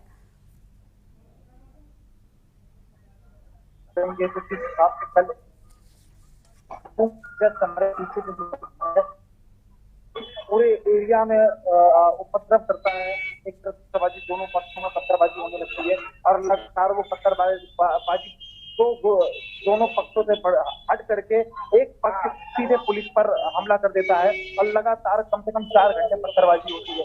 आंसू गैस के गोले दागे जाते हैं, एक तरफ से फायरिंग हो रही है, एक तरफ से फायरिंग भी चलती है, पत्थर भी रहे हैं। तो ये डर कहीं दिखा ही नहीं, प्रशासन का कहीं डर ही नहीं दिखा। प्रशासन, हम लोग, मैं और मेरी टीम तेजबाग के अंदर से, हम लोग तेजबाग के अंदर से जहाँ पर हम लोग, मुझे भी पत्थर पड़ा यहाँ पर, तो जिस हिसाब से वहां से पत्थरबाजी एक तरफ से हो रही थी, तो ये साफ दर्शाता है कि लोगों में प्रशासन का डर बिल्कुल भी नहीं था। ठीक है, यानी डर प्रशासन का जो था वो कल बिल्कुल नहीं था, ये हम सब ने देखा। शहरराज के लोगों में डर नहीं था, लोग बड़ी बेबाकी के साथ में यहाँ पर पत्थर फेंकते हुए नजर आए थे। विशाल, आप बताइए, एक तरफ अभी हम बात कर रहे हैं कि जिन लोगों को गिरफ्तार हुआ, खुफिया तंत्र क्या कर रहा था, इसको लेकर आज जब सवाल किया गया, विजय सिंह मीणा जी जब कमिश्नर साहब प्रेस कॉन्फ्रेंस कर रहे थे तो उन्होंने प्रेस कॉन्फ्रेंस खत्म कर दी, यानी खुफिया तंत्र पर बोलने से वो कतरा गए। जिसके बाद बड़ा सवाल उठ रहा है कि भाई वीवीआईपी मोमेंट था, मर्चेंट चैम्बर में आज पहुंचना था, कल भले वो दूर वहां से थे लेकिन बावजूद इसके कल भी कानपुर शहर में हमने देखा था, बाकी जगहों पर उसका असर जो है, अगर वीवीआईपी मोमेंट होता तो उसका असर दूर तक नजर आता है। और जब प्रधानमंत्री, राष्ट्रपति, मुख्यमंत्री सबकी मौजूदगी हो, ऐसे समय पर अगर इतनी बड़ी साजिश को रचा जा सकता है तो सवाल तो उठेंगे ना सुरक्षा को लेकर। तो गरिमा देखिए, एलआईओ जो यहाँ पर लगे हुए थे, इनकी स्थिति ये है कि ना वो सीए एनआरसी पकड़ पाए ना ये पकड़ पाए। इससे पहले भी किसी दंगे में एलआईओ ने कोई सटीक रिपोर्ट नहीं दी है। हाँ। आज से जिस चीज का प्रचार हो रहा हो, क्या पुलिस को पता नहीं था जुमे की नमाज में लोग इकट्ठा होते हैं, मस्जिदों में बाहर से निकलते हैं, नमाज पढ़ते हैं, उसके बाद यहाँ किसी को नहीं पता। यहाँ मात्र 15 सिपाही थे। इस सद्भावना चौकी जो परेड चौराहे पे स्थित है, यहाँ मात्र 15 सिपाही थे। क्या वो 4000 की भीड़ जो लोग बता रहे हैं, क्या उनसे 15 सिपाही मुकाबला कर सकते थे? क्या ये तैयारियां थी? जब आपको पता है शहर में वीवीआईपी प्रोटोकॉल चल रहा है, राष्ट्रपति, राज्यपाल। बिल्कुल विशाल, आपको यहाँ पर रोकना चाहेंगे, आपके पास वापस लौटेंगे। हमारे साथ में पूर्व आईपीएस राजेश रॉय जी जुड़ चुके हैं। राजेश जी, कानपुर में माहौल खराब करने की साजिश हुई है, हिंसा रोकने में प्रशासन आखिर नाकाम क्यों रहा, और सबसे बड़ी बात खुफिया तंत्र क्या कर रहा था, आप बताइए। देखिए, एक चीज मैं ये कहना चाहूंगा, खुफिया तंत्र ने क्या किया नहीं किया, मैं इसमें कम से कम एक स्टेटमेंट में जो अखबारों में देख रहा हूँ और जो मैंने पढ़ा है कि माननीय पुलिस महानिदेशक महोदय, जो इस समय स्वयं भी पुलिस महानिदेशक भी हैं और पुलिस महानिदेशक अभिसूचना भी हैं, तो डीजी इंटेलिजेंस भी वही हैं, और उनका ये स्टेटमेंट मैंने पढ़ा कि उन्होंने कहा कि पूरी की पूरी इस बात की खुफिया इंफॉर्मेशन थी कि इस तरह घटना होगी, इसके बाद भी इसमें व्यवस्थाएं नहीं की गई। तो ये तो डीजी साहब स्वयं कह रहे हैं कि सब कुछ इंफॉर्मेशन थी, उसके बाद भी वहां पर जो है इसमें ये मालूम है, हमेशा से मालूम है, कानपुर का जो ये जो नई सड़क है, इस सड़क को लोग खूनी सड़क कहते हैं, दुनिया भर का उसका इतिहास है। हाँ। हमेशा यहाँ पे जब जो कोई इस तरह के दंगे हुए हैं तो लोग जो है वहां से उस जगह से शुरू हुए, तमाम बातें होंगी। तो अगर यहाँ पर इस बात की संभावना थी और ये सोचना कि बंद का आयोजन करेंगे और लोग आसानी से बंद को मान लेंगे उस पर नई सड़क पे, ये तो मतलब जिसे कहते हैं कि ये कल्पना से बाहर की चीज थी, सोचना ही नहीं चाहिए इसके बारे में। बिल्कुल। और जब व्यवस्था करने की बात है तो आप एक चीज समझ लीजिए कि बिल्कुल मैं भी आप लोगों की बात सुन रहा था चर्चा में। हाँ। 15 सिपाही जो है वो 2000, 3000, 4000 के मॉब को डील नहीं कर सकते, किनारे हट जाएंगे। बिल्कुल बिल्कुल। या तो फायरिंग करें, फायरिंग करना कोई भी नहीं चाहता है, कोई भी किसी की जान सबकी कीमती होती है। तो ऐसी कंडीशन में बहुत पर्याप्त मात्रा में, इतनी मात्रा में फोर्स रहता है कि देख करके लोग भागते हैं, उनको लगता है कि नहीं पिटेंगे कायदे से, उतनी फोर्स रहती तो ये व्यवस्था शायद ना हो पाती, ये गड़बड़ ना हो पाता, ये ध्यान रखना चाहिए था। तो कहीं ना कहीं थोड़ी सी कमी तो रह गई है, हालांकि अब जो बिल्कुल देखिए, आपने भी माना ना राजेश जी की कहीं ना कहीं कमी तो रह गई है। आप कानपुर में पूर्व डीआईजी भी रहे, तो कहीं ना कहीं कानपुर के हालातों को बहुत बेहतरीन तरीके से समझते हैं, इसलिए आपने कहा भी कि सड़क पर अगर यहाँ पर शांतिपूर्ण बाजार बंदी की बात की गई थी। लेकिन डीआईजी साहब, आपको नहीं लगता, पूर्व डीआईजी हैं राजेश रॉय जी, आपको नहीं लगता राजेश जी कि अगर बाजार बंदी की बात ये हुई भी थी, सबसे पहली बात कि पुलिस प्रशासन को ये सोचना चाहिए था कि ये बाजार बंदी क्यों हो रही है, मामला शुरू कहां से हुआ है, एक बयान को लेकर, जहां पहले ही माहौल देश में एक अलग तरह का बना हुआ है। एक तरफ हम देख रहे हैं यानवापी को लेकर कुछ लोग अलग तरह की बात कर रहे हैं, ऐसे में शांतिपूर्ण बाजार बंदी की कल्पना पुलिस ने कैसे कर ली आखिर? बिल्कुल सही कह रही हैं, आपकी बात से मैं बिल्कुल सहमत हूं, क्योंकि जिस बात को लेकर के बाजार बंदी की बात हो रही थी, उस बात में टकराव हमेशा संभव था। क्यों कि जो दूसरा पक्ष है वो रिएक्ट करेगा, भाई इसमें कौन सी बात है, क्यों आप इस बात के लिए बाजार बंद कर रहे हैं। और दूसरी चीज, मैं ये समझता हूँ कहीं न कहीं जिस तरह का माहौल उत्तर प्रदेश में है कि ये बात होती है कि कोई दंगा नहीं हुआ, सब कुछ ठीक चल रहा है, सब लोग कायदे से हैं, और बातें वो है, कहीं न कहीं थोड़ी सी बेचैनी हो रही है। उसको जो है उसको मुझे ऐसा लगता है कि उसमें मैसेज देने की कोशिश की जा रही है कि बहुत खुश मत होइए, ये उस तरह का मैसेज देने की कोशिश की गई है। और मैं समझता हूं कि इसको बिल्कुल सख्ती से इसको डील करके इसको निप इन द बड होना चाहिए, जिससे फिर दोबारा इसकी हिम्मत ना पड़े। बिल्कुल बिल्कुल, पुलिस का इस्तेमाल तो देखिए कायम करना होगा, तभी लोगों में डर बैठेगा। लेकिन राजेश जी, एक सवाल ये भी है ना कि देखिए मुख्यमंत्री जो है वो लगातार कहते हैं कि हमारे प्रदेश में हम दंगे नहीं होने देंगे, वो इस चीज के लिए जाने जाते रहे हैं और उन्होंने कल भी बड़ा एक्शन लेने की बात कह दी है। कहीं ऐसा तो नहीं, क्योंकि अब पुलिस ने बहुत सारे लोगों को उठा लिया है, लोग घरों से उठाए गए हैं, बहुत से लोग कह रहे हैं कि हम तो सो रहे थे हमें उठा लिया, कहीं ऐसा तो नहीं कि पहले तो आप नाकाम हो गए, आपका खुफिया तंत्र नाकाम हो गया, अब जब मुख्यमंत्री का डंडा चलता है तो आप किसी को भी उठाकर जेल में डाल देंगे? ऐसे में सच्चे जो असल दंगाई थे ये ना बच जाए कहीं, ये भी बड़ा सवाल है ना राजेश जी। नहीं देखिए, बिल्कुल जो असल दंगाई हैं, जिन लोगों ने साजिशें की हैं, जिनमें नाम कई लोगों के आ रहे हैं, जो बैठे वहां पर बैठकें हुई हैं, बैठकों में लोग शामिल थे, इस बंद को लेकर के बैठकें हुई हैं, मैं देख रहा था उस पर फोटोज आई हैं, उस पर बैठे उनके साथ में जो मेन उसमें साजिश करता है जी। तो ये तो प्लान किया गया कि जो है इस तरह से जो है जो बंद है वो उसको हम शांतिपूर्ण नहीं होने देंगे, बिल्कुल और पथराव करेंगे, और उसके बाद जब पुलिस एक्शन लेगी तो सब लोग इकट्ठा होकर के वहां पर भीड़ इकट्ठा करेंगे। ये तो प्लानिंग हुई थी। तो जो प्लानर्स हैं वो तो नहीं बचने चाहिए थे। बहुत से लोग ऐसे हैं जो पत्थर फेंकने वाले तो तमाम, वो मैं देख रहा था जो उनका पुलिस कमिश्नर साहब का एक स्टेटमेंट आया था कि जो वहां पर पत्थर फेंकने वाले हमारे तमाम वीडियोस हैं, वीडियोस में लोग पहचाने जा रहे हैं, जो पहचाने जा रहे हैं उनको बंद करें। और राजेश जी देखिए, हम फुटेज भी लगातार अपनी टीवी स्क्रीन पर दिखा रहे हैं। एक तरफ पोस्टर्स पहले ही 3 जून के चस्पा कर दिए जाते हैं, बाद में बताया जाता है 5 को करेंगे, फिर उसके बाद वो 3 को ही हो जाता है। और सबसे बड़ी बात, जो फुटेज हमारे स्क्रीन पर लगातार के न्यूज दिखा रहा है उसमें साफ तौर पर नजर आ रहा है कि कुछ डब्बों में, बड़े बड़े कंटेनर्स में इन्होंने पत्थर पहले से इकट्ठा करके रखे थे। यानी अगर देखिए खुफिया तंत्र यहाँ पर काम कर रहा होता तो इतनी बड़ी साजिश, पेट्रोल बम्स फेंके गए, फायरिंग होती है, ये सब कैसे नाक के नीचे हो गया? आपको पता है कि संवेदनशील इलाका है, फिर भी प्लानिंग आपकी कहां चली गई? नहीं, आप ये समझ लीजिए कि चाहे आप दिल्ली के शाहीन बाग वाले बात, चाहे जहांगीराबाद वाले, जहां हर जगह देख लीजिए, हाँ। ये ऐसा नहीं है कि ये इनको इस तरह की प्लानिंग करने के लिए मतलब एक दिन चाहिए कि नहीं कल करना है तो आज हम प्लानिंग करें। बिल्कुल, ये तो तैयारी की हालत में मैं समझता हूँ, जैसे पुलिस को तैयारी की हालत में हमेशा रहना चाहिए कि कोई नौबत आए तो डील कर सके, कोई भी इमरजेंसी हो उसके लिए डील करने के लिए पुलिस को भी उसमें रखना चाहिए तैयारी में। और ये जो दंगाई है, जो दंगा करने वाले हैं, वो हमेशा तैयारी में रहते हैं, जब जरूरत पड़ती तो उनके पास रखा हुआ है। ऐसा नहीं कि कोई चीज ऐसी हो कि किसी के पास कहीं नहीं है, वो ऐसा नहीं कि कोई प्लानिंग करके अभी 3 दिन पहले या 4 दिन पहले लाया हूँ। बिल्कुल बिल्कुल साफ तौर पर दिखाया जा रहा है। बिल्कुल बिल्कुल राजेश जी, देखिए ये जानकारी भी सामने आई है सूत्रों के हवाले से कि 9 दिन पहले, आपने भी कहा कि कई दिनों पहले से इसकी तैयारी हो रही होगी, 9 दिनों का वक्त। और वैसे भी मुझे लगता है कि अगर आम दिनों में भी, ये तो वीवीआईपी मोमेंट यहाँ पर होना था, आम दिनों में भी अगर इस तरह से जो अलर्ट होती पुलिस तो कहीं ना कहीं जानकारी जरूर मिलती, क्योंकि ये बयान बहुत बड़ा था, बयान से बवाल तक की तस्वीर है ये। अगर बयान पर ही ध्यान दे दिया गया होता तो मुझे लगता है कि बयान के बाद ये जो बवाल हुआ इतनी तेजी से नहीं होता।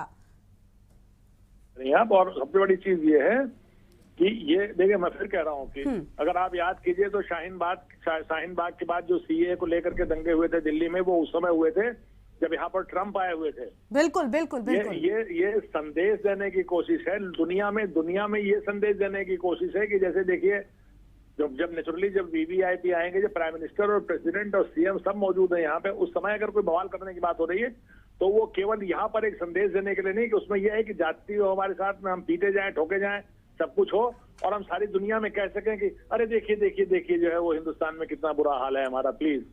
तो ये जो है, ये जिसे कहते हैं ये प्लान तरीके से दुनिया में मैसेज देने के लिए बात की जा रही है। इसको बहुत सख्ती से डील करना चाहिए। बिल्कुल सख्ती से डील करना चाहिए। बहुत शुक्रिया राजेश रॉय जो आपका हमारे साथ जुड़ने के लिए और के न्यूज पर अपनी बात रखने के लिए। तो देखिए, हिंसा रोकने में प्रशासन नाकाम क्यों रहा, ये बड़ा सवाल उठ रहा है। और सबसे बड़ी बात कि आखिर खुफिया तंत्र नाकाम क्यों हुआ, क्योंकि हम देख रहे हैं कि लगातार हम जो फुटेज दिखा रहे हैं यहाँ पर, एक बड़े से बक्से में पत्थर जो है वो इकट्ठा हुए नजर आते हैं और सबसे पहले बक्से को खोलने की कोशिश होती है, बाद में यहाँ से पत्थर निकालकर पत्थरबाजी होती है। तस्वीरें सड़कों की आप देख पा रहे हैं कि किस तरह से पत्थर यहाँ पर बरसे हुए नजर आ रहे हैं। विशाल हमारे साथ में लगातार मौजूद है। विशाल, अभी देखा आपने, राजेश रॉय जी हमारे साथ में जुड़े थे, पूर्व आईपीएस है, पूर्व डीआईजी भी कानपुर के रहे, तो बहुत बेहतरी से समझते हैं कानपुर के माहौल को। उन्होंने भी कहा कि ये ऐसी जगह है कि जहां पर कल्पना कर पाना कि शांतिपूर्ण बाजार बंद होगा, मुझे लगता है बिल्कुल नामुमकिन है। तो फिर जो मौजूदा प्रशासन है वो इतनी बड़ी बात आखिर कैसे नजरअंदाज कर सकता है? आज मर्चेंट चैम्बर में राष्ट्रपति को जाना था, कितनी दूरी है अगर इस एरिया की हम बात करें, बहुत कुछ किलोमीटर्स पर सिर्फ स्थित है। और ऐसे में इस तरह का बवाल अगर एक दिन पहले हुआ, अगर ये दूसरे दिन होता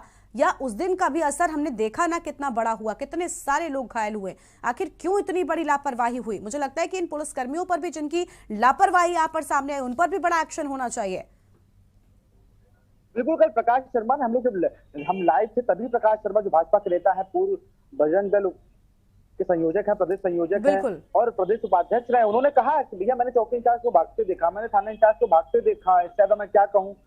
ये मैं आपको बात बताऊं, यहाँ पे जो पुलिस चौकी है, जब थोड़ा सा पहले ले जाऊंगा, होली की बात करूंगा आपसे। जब होली होती है तो जिस रोड पे मैं खड़ा हूँ, ये यहाँ से लेके पेशबाग का जो एंट्री गेट है उससे लगभग 20 मीटर पहले बैरिकेड लगा दी जाती है और यहाँ पर पीएससी रोड पे खड़ी हो जाती है। तब उनको पता होता है कि होली है, कोई न्यूसेंस ना क्रिएट हो, कोई वाद विवाद ना हो। अब आप समझ लीजिए, जब यहाँ पर 9 दिन पहले की प्लानिंग थी, बड़े बड़े पोस्टर लगे थे, सारे अधिकारियों के पास थे, उससे पहले 2 दिन पहले जाके ये बयान देना कि नहीं हम भाई साहब कोई धरना प्रदर्शन कोई कुछ नहीं करेंगे, उसके बाद ही जाकर ये घटना होना। और उसके बाद भी पुलिस से नहीं बताया है कमिश्नर साहब को, मैं बता रहा हूँ, मैंने सुना जो चीज मैं आपको बता रहा हूँ, पुलिस ने बहुत लेट इंफॉर्मेशन पहुंची है कमिश्नर साहब के पास, पत्रकारों द्वारा फोन करके उन्हें सूचित किया गया है। उसके बाद यहाँ पर तब तक स्थिति भयावह हो चुकी थी, दुकानें लुट चुकी थी और जो मैं जिस दुकान के सीसीटीवी जहाँ पे लगे हैं वो सीसीटीवी तोड़ने का काम लोगों ने किया। बताइए, लोग बड़ी बड़ी बिल्डिंगों से ईंटें फेंक रहे थे, वो चाहे छोटे बच्चे रहे हो या बड़े रहे हो, जब वो पुलिस वालों को देख रहे थे तो ईंटें फेंक रहे थे। ये रोड के हालात नहीं थे, लेकिन अंदर गलियों के जो हालात थे वो कहीं ना कहीं बहुत ही चिंताजनक थे, क्योंकि उसमें आगे की जो रो वाइज लोग खड़े थे उससे 5 पंक्तियां ऐसी थी जिनमें बच्चों की उम्र 12 से 16 साल रही होगी और जो लगातार पुलिस के मना करने पर भी पत्थरबाजी लगातार कर रहे थे। पुलिस टीयर गैस फेंकने का काम कर रही थी, लेकिन वो मान नहीं रहे थे, वो सुन नहीं रहे थे। और जब ज्यादा उनको जब टीयर गैस फेंकने लगी तो लड़कों ने अपना मुंह कवर करना शुरू कर दिया। आधे जिन्होंने कवर नहीं किए थे, कवर करने के बाद उन्होंने पत्थरबाजी जारी रखी और अपने दम के नारे लगाते रहे, चाहे वो कोई पक्ष रहा, वो नारे लगाता रहा और बार बार एक ही चीज कहता रहा, पुलिस वापस जाओ, पुलिस वापस जाओ। तो पुलिस अपना काम वहां पर करके आई, लेकिन शुरुआती दौर की अगर हम बात करें तो बहुत बड़ा फेलियर है। एनआरसी अभी इसी चौराहे से लेके तो आगे हम लोग अगर जाए तो पीपीएन कॉलेज वाली लेन पे जो बवाल होता है, दुकानों के शीशे तोड़े जाते हैं, गाड़ियां तोड़ी जाती हैं। अगर हम लोग मालूम की बात करें तो छावनी से लेके मरीब कंपनी पुल माल रोड, यहाँ पर हजारों की संख्या में पुलिस नहीं होती है और यहाँ पर आ जाते हैं प्रदर्शनकारी। तो उसके बाद भी प्रदर्शन नहीं चेता, उसके बाद भी यहाँ का एलआईयू नहीं चेता, उसके बाद भी कोई ऐसी कार्रवाई उस टाइम भी उम्मीद थी की जाएगी, लेकिन उसके तो लोग जिनके पोस्टर बॉय बनना है वो तो आजकल खुले में घूम रहे हैं। क्या जांच हुई उनके खिलाफ? क्या उन्हें कैसे छोड़ा गया? अब आज हयात हाशमी पकड़े जरूर गए हैं 3 लोगों के साथ लखनऊ में, ये तो काफी देर पहले हो चुका था, लेकिन पुष्टि होना नहीं मांग रहे थे, क्योंकि लगातार जिस तरह से उनकी बहन से जब मैंने बात की तो उन्होंने कहा कि देखिए अब हम ऑन कैमरा आप कुछ नहीं बोल सकते, जितना समय मुझे मीडिया को देना था मैंने दे दिया है, अब जो भी बात होगी भाई कहने पे होगी। तो ये बात है, मैं उनके घर पे मौजूद था जहां उनके पिताजी का सरकारी कंट्रोल है, मैं वहां पर मौजूद था, मैं वहां बात करने गया, लेकिन उन्होंने बात करने से साफ मना कर दिया। उन्होंने कहा कि मेरी भाभी और मेरी बहन कोर्ट पहुंच रही है, आप लोग कोर्ट पे जाकर उनसे बात करिए। लेकिन कोर्ट जाने से पहले जब मेडिकल कराने हम लोग पहुंचते हैं तो वहां तस्वीरें कुछ और ही होती है, वहां रोती बिलखती माएं मिलती है तो कहती है मेरे बेटे को रात में सोते वक्त उठा लाया गया। ठीक है, बिल्कुल, यानी अलग अलग तस्वीरें जो हैं वो बहुत कुछ बयान कर रही हैं, लेकिन सबसे अहम यहाँ पर ये कि जो तस्वीरें कल सामने आई थी उन पर सबसे बड़ा एक्शन होना चाहिए, उन दंगाइयों पर एक्शन होना चाहिए ताकि शहर के अमन चैन को किसी की नजर न लग सके। हमारे साथ में शैलराज भी लगातार मौजूद है। शैलराज, आज जब विजय सिंह मेड़ा की प्रेस कॉन्फ्रेंस होती है तब उन्होंने पीएफआई कनेक्शन को लेकर बात कही कि इस एंगल से भी हम जांच कर रहे हैं, साथ ही साथ कहां से फंडिंग तो नहीं हो रही थी कई बार से, इसको लेकर भी जांच किए जाने की बात सामने आई। क्या अब तक इसको लेकर कोई कनेक्शन मिला है? क्योंकि आप दोनों लगातार ग्राउंड जीरो से रिपोर्ट कर रहे हैं हमारे दर्शकों को, तो ऐसे में क्या कोई कनेक्शन अब तक निकल कर सामने आया? कहीं से कोई आपको जानकारी मिल पाई है इससे जुड़ी? सिर्फ कमिश्नर साहब द्वारा ये बताया गया है कि हम चेक करेंगे कि इनकी कहीं पीएफआई कहीं फंडिंग से कहीं अलग नहीं हो रही थी, अगर फंडिंग हो रही थी तो हम उनके खिलाफ भी कार्रवाई करेंगे, लेकिन ऐसी अभी पुष्टि नहीं हुई है। ऐसा सिर्फ जांच के लिए बोला गया है कि हो सकता है कि इनकी कहीं और से फंडिंग हो रही है, पीएफआई से कहीं से जुड़ा हो, इनका संपर्क कहीं ना कहीं से हो, लेकिन अभी ऐसी सिर्फ आदेश दिए गए हैं, जांच के आदेश दिए गए हैं, अभी पुष्टि नहीं हुई है। ठीक है, अब तक पुष्टि नहीं हो पाई है, यानी कि स्पष्टता अब तक इस पूरे मामले में नहीं है कि कनेक्शन है या नहीं है। विशाल, आप बताइए, अभी हमने सुना था इस प्रेस कॉन्फ्रेंस में साफ तौर पर कहा था विजय सिंह मीणा ने कि हम इस पर भी जांच करेंगे, इस एंगल से भी जांच करेंगे। बातें बहुत बड़ी बड़ी हुई कि एनएसए लगाएंगे, गैंगस्टर लगाएंगे। नो डाउट इन पर लगना भी चाहिए, ऐसे लोगों पर जिन्होंने इस तरह की कायराना हरकत शहर को हिंसा के तौर पर उन्होंने देखी। हमने कल किस तरह की हिंसा हुई है, लेकिन सबसे अहम यहाँ पर यह हो जाता है ना विशाल की जांच तो करेंगे, कहीं ना कहीं पहले से एक्टिवनेस अगर होती तो इस तरह की तस्वीरें सामने नहीं आती। और अभी तक क्या कोई एंगल निकला है, क्योंकि हयात की गिरफ्तारी हो चुकी है, और क्या कोई एंगल अब तक इस तरह का निकला है? फंडिंग की बात उन्होंने की थी। देखिए, बिल्कुल इनके अकाउंट खंगाले जाने की बात कही जा रही है, क्योंकि इनके अकाउंट को थोड़ा चेक किया जाएगा, और दूसरी चीज इनके कॉल डिटेल्स भी निकाली जाएंगी, क्योंकि लगातार ये पिछले 48 या 72 घंटे किसके कनेक्शन में किससे ने कॉल की है, किससे की बात हुई है, इसकी भी जांच होगी। हयात आजमी की कॉल डिटेल्स भी चेक की जाएंगी, और उनके साथ जो 3 लोग अन्य पकड़े गए हैं इनकी भी कॉल डिटेल्स चेक की जाएगी। इनके फेसबुक, व्हाट्सएप, ट्विटर और इंस्टाग्राम अकाउंट भी इनका देखा जाएगा कि यहाँ पे ये लोग क्या पोस्ट करते थे, तो किससे क्या बात करते थे। बिल्कुल बिल्कुल विशाल, आपने ठीक कहा। एक और सवाल आपसे ही करना चाहती हूँ, वो ये कि सुबह भी ये खबर आई थी कि सीडीआर के माध्यम से और सर्वेलांस टीम जो है वो इन उपद्रवियों पर अब नजर जो है उसने बना ली है, और पूरी तरह से उसकी ओर से जांच शुरू कर दी गई है। अभी आपने भी कहा कि कॉल डिटेल्स के माध्यम से पिछले काफी दिनों का रिकॉर्ड निकाला जाएगा। ये खबर आई थी कि सफेद पोशों के नाम भी खुल सकते हैं, सियासी फायदे के लिए कहीं इस तरह की हिंसा तो शहर में नहीं की गई, उसका क्या कनेक्शन है? क्या सियासी फायदा कहीं नजर आ रहा है? क्या सियासत इस पर भी होनी शुरू हो जाएगी? क्या सियासी कनेक्शन इस घटना का कोई निकल रहा है? देखिए, सियासी घटनाक्रम कुछ नहीं है, विपक्ष पूरी तरह से शांत है। विपक्ष का जो विधानसभा है, यहाँ के विधायक समाजवादी पार्टी से आते हैं, इसकी बगल वाली विधानसभा है, वहां से भी विधायक समाजवादी पार्टी से आते हैं, लेकिन अब तक उनका कोई फोन नहीं आया है। कोई एक विधायक बाहर है, अगर शीशम विधायक कृपाल सोलंकी की बात की जाए तो वो अमृतसर में है, लेकिन आर नगर जो ये विधानसभा लगती है, यहाँ किसी विधायक का अमिताभ पार्टी का कुछ भी नहीं कहना है। लेकिन लगातार एक चीज और भी नोटिस करने की चीज है कि हयात हाशमी जो कि लगातार जिस तरह से ये काम कर रहे थे, बिल्कुल साइलेंट किलर वाला काम था, जो स्लो पॉइजन होता है ना, जो उस तरीके से काम कर रहे थे। आप देखिए ना कि 3 सालों में एमए जौहर फैंस एसोसिएशन के राष्ट्रीय अध्यक्ष इन्होंने खुद की बनाई संस्था है, खुद ही उसके राष्ट्रीय अध्यक्ष है।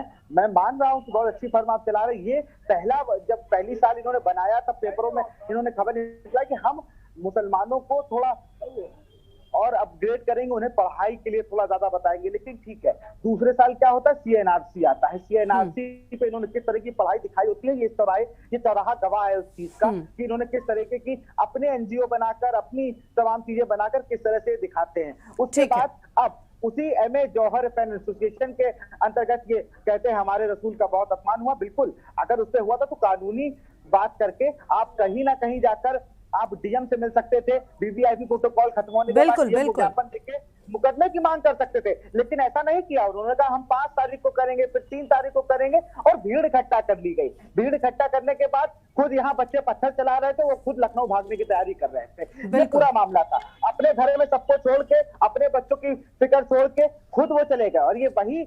हयात हाशमी है जिनकी माँ बहन भी इसमें पकड़ी जा चुकी है। सीआईआरसी में उन पर भी आगजनी करने का आरोप है। तो आप समझ सकते हैं कि वो किस मानसिकता का आदमी है। बिल्कुल बिल्कुल साफ तौर पर। और अगर विशाल बात करें तो कहीं ना कहीं 2001 में 16 मार्च को मुझे याद है कि कल हमने अपने दर्शकों को दिखाया था कि इस तरह की घटना हुई थी, जब इस तरह के पोस्टर्स लगाए गए थे। पुलिस की नाकामी तब भी साबित हुई थी, क्योंकि अगर पुलिस इन पोस्टर्स पर ही सिर्फ ध्यान दे देती और ये ध्यान रखती कि राष्ट्रपति, प्रधानमंत्री, मुख्यमंत्री प्रदेश में है, अपने इस शहर में है, तो मुझे लगता है इस तरह की वारदात हो नहीं पाती। लापरवाही तो कहीं ना कहीं हुई है जरूर पुलिस की भी। शैलराज के पास एक बार चलते हैं। शैलराज, आप बताइए, अभी आपने सुना विशाल लगातार कह रहे हैं कि कहीं ना कहीं देखिए अब गिरफ्तारी हो चुकी है, मानसिकता हयात जफर हाशमी के साफ तौर पर नजर आ रही है, क्योंकि हमने देखा ये संयोग नहीं, पूरी तरह से प्रयोग नजर आ रहा है। जो तस्वीरें हमारे दर्शक सुपर एक्सक्लूसिव के न्यूज पर देख पा रहे हैं वो ये साफ बयान कर रही हैं कि पत्थर पहले से इकट्ठा किए गए थे, तो फिर आखिर इन सब पर नजर क्यों नहीं हुई, इस सब की कोई जानकारी क्यों नहीं पहुंची, ये बड़ा सवाल उठ रहा है।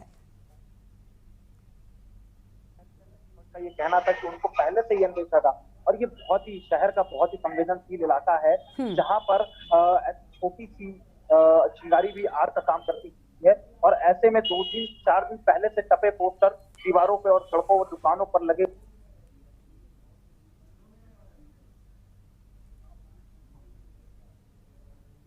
शैलराज, आपकी आवाज हम तक नहीं पहुंच पा रही है। विशाल के पास वापस चलते हैं। हाँ, विशाल के पास चलते हैं। विशाल, देखिए, एक बयान से अगर बवाल शुरू होता है, आपने भी अभी कहा कि इस बयान को लेकर मुकदमा लिखवाने की मांग हो सकती थी, हो भी रही है लगातार, लेकिन इस तरह का बवाल करना और ठीक इसी दिन करना, अभी राजेश रॉय जी भी कह रहे थे कि वो एक मैसेज देना चाहते हैं। ये मैसेज आखिर क्या है और क्यों इस दिन को इन्होंने चुना? ये बहुत बड़ी बात है ना कि आखिर जब पता है कि राष्ट्रपति, प्रधानमंत्री, मुख्यमंत्री सब हैं, फिर इस दिन का ही चुनना, क्योंकि 5 जून को पहले हो रहा था। अगर ये बाजार बंद की बात कर भी रहते तो 5 जून को क्यों नहीं किया, 3 जून को अचानक से क्यों हुआ? एक चीज आज के टाइम पे जो देखने को मिल रही है, ये कौन सी धारणा लोगों के अंदर आ गई है कि अपनी ताकत को दिखाना। आजकल कोई भी किसी के पास अगर 10 लोग हैं और वो एक संगठन बनाता है और अपने आप को बहुत बड़ा नेता समझने लगता है, और उसके बाद बरगलाने के लिए बहुत प्रभुत्व वर्ग होता नहीं है तो बच्चों को बरगलाता है और बच्चों को समझाता है कि यही काम है, यही लड़ाई है, इसी को लागू करना है, इसी की बात को देखना है। आप जितने फुटेज उठा लीजिए, जितनी चीजें देख लीजिए, हयात हाशमी कहीं नजर आए क्या? उनके घर का कोई नजर आया क्या? वो नहीं आएंगे। उन्होंने आग में झोंका किनको? बच्चों को।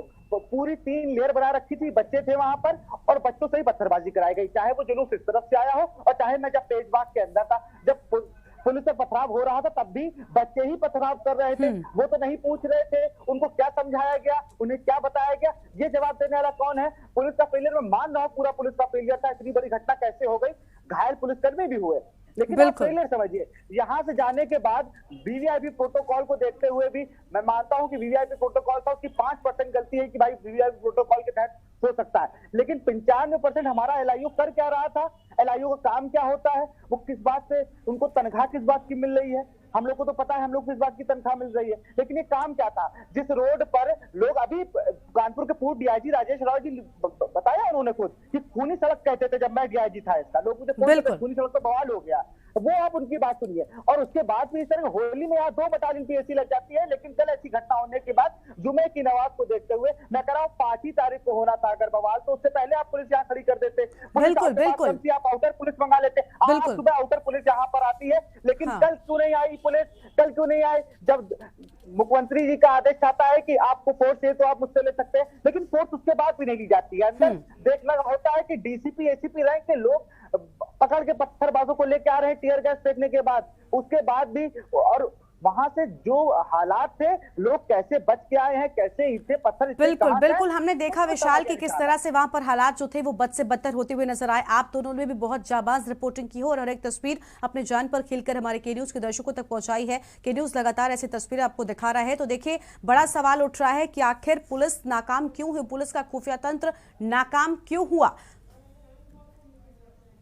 तो हिंसा का खलनायक हयात खोलेगा राज। अब तक 36 की गिरफ्तारी हो चुकी है, लेकिन गुनाहगार कितने हैं, ये बड़ा सवाल उठ रहा है इस वक्त की। बड़ी खबर आज हमने चर्चा की यहाँ पर कि आखिर खुफिया तंत्र फेल हुआ, इंतजाम नाकाम क्यों हुए, बड़े सवाल उठने शुरू हो चुके हैं। एक तरफ कल हमने देखा हिंसा की तस्वीरें, बमबारी, फायरिंग, पत्थरबाजी की तस्वीरें, तो वहीं दूसरी ओर आज गिरफ्तारी और एक्शन की तस्वीरें नजर आई हैं। लेकिन बावजूद इसके अगर कुछ उठ रहा है तो वो है सवाल कि आखिर पुलिस का खुफिया तंत्र नाकाम क्यों हो गया, पुलिस के लोग क्या कर रहे थे जो इतनी बड़ी घटना यहां पर हो गई। बड़ी खबर कानपुर से, जहां पर आपको बता दें आज ही लखनऊ में हयात जफर की गिरफ्तारी हुई है। हयात जफर की गिरफ्तारी को लेकर स्पष्टता नहीं थी, लेकिन अब यह बड़ी खबर सामने आ रही है।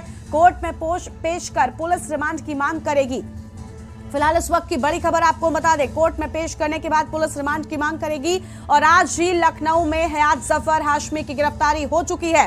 इस वक्त की बड़ी खबर आपको बता रहे हैं, तो ये बड़ी खबर सामने आ रही है जहां पर हयात जफर हाशमी की गिरफ्तारी हो चुकी है। मुख्य आरोपी के तौर पर देखा जा रहा है, जेल भरो आंदोलन जैसे पोस्टर्स उसने चिपकाए थे और इस पूरी हिंसा की साजिश करता हयात जफर हाशमी की गिरफ्तारी आज ही लखनऊ से हुई है। अब तक स्पष्टता नहीं थी, लेकिन अब यह बड़ी खबर सामने आ रही है कि हयात जफर हाशमी को गिरफ्तार लिया गया है और अब पुलिस उसे रिमांड पर ले सकती है और पूछताछ के बाद खुलेंगे राज कि आखिर ये हिंसा क्यों हुई, किसने की ये हिंसा, क्या कनेक्शन था इस हिंसा का, क्या मकसद था इस हिंसा का। ये बड़ी खबर आपको हम कानपुर से बता रहे हैं, जहां पर हयात जफर हाशमी की गिरफ्तारी आज ही लखनऊ से हो चुकी है। कानपुर से ये बड़ी खबर और सुपर एक्सक्लूसिव तस्वीरें के न्यूज पर एक और आपको हम लगातार दिखा रहे हैं। आप देखिए यहाँ पर किस तरह से ये लोग पत्थरबाजी करते हुए नजर आ रहे हैं और साथ ही साथ इन तस्वीरों में आप ध्यान से देखिए तो यहाँ पर एक बक्से में साफ तौर पर पत्थर इकट्ठा किए गए हैं और इस बक्से को सबसे पहले तोड़ा जाता है। कई लोग मिलकर यहाँ पर इस कंटेनर को तोड़ते दिखाई देते हैं और बाद में इस कंटेनर से यहाँ पर पत्थर निकालकर पत्थरबाजी शुरू कर दी जाती है। आप देखिए, इन तस्वीरों को देखकर मंशा बिल्कुल साफ है। सुपर एक्सक्लूसिव तस्वीर देखिए, कितने बड़े पत्थर यहाँ पर इकट्ठा किए गए हैं। और अब सीधा आपको गोरखपुर लेकर चलते इस बीच राष्ट्रपति रामनाथ कोविंद क्या कह रहे हैं, सुनाते हैं। जितने भी हमारे मिशंस है, एम्बेसीज है, हाई कमिश्नर्स ऑफिस है, उनमें भी आपके साथ में एक इंटरेक्शन करवा करके आपके साहित्य को अधिक से अधिक हमारा इंडियन डायस्पोरा के साथ। अंत में एक बार फिर मैं गीता प्रेस के शताब्दी वर्ष के आरंभ होने की आप सबको हार्दिक बधाई देता हूं और इस संस्थान के उज्ज्वल भविष्य की कामना करता हूं। धन्यवाद। जय हिंद।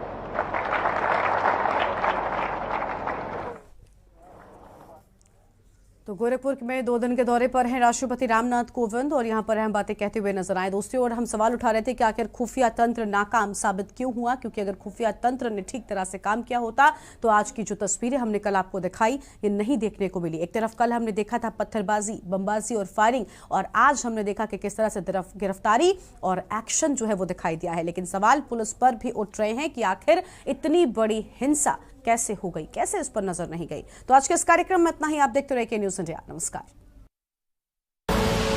आप देख रहे हैं के न्यूज़, खबरों का सारथी। ये लो बेटा, तुम्हारा नया टीवी। Thank you. और अम्मा, राम राम। घर में और कौन कौन है? मैं, तेरे दादा, बेटा, बहू, पोती और मोदी जी। माने पीएम नरेंद्र मोदी रिश्तेदार है अम्मा। देख, मोदी जी ने तेरे दादाजी का ऑपरेशन करवाया। घर में पानी, बिजली, गैस, टॉयलेट सब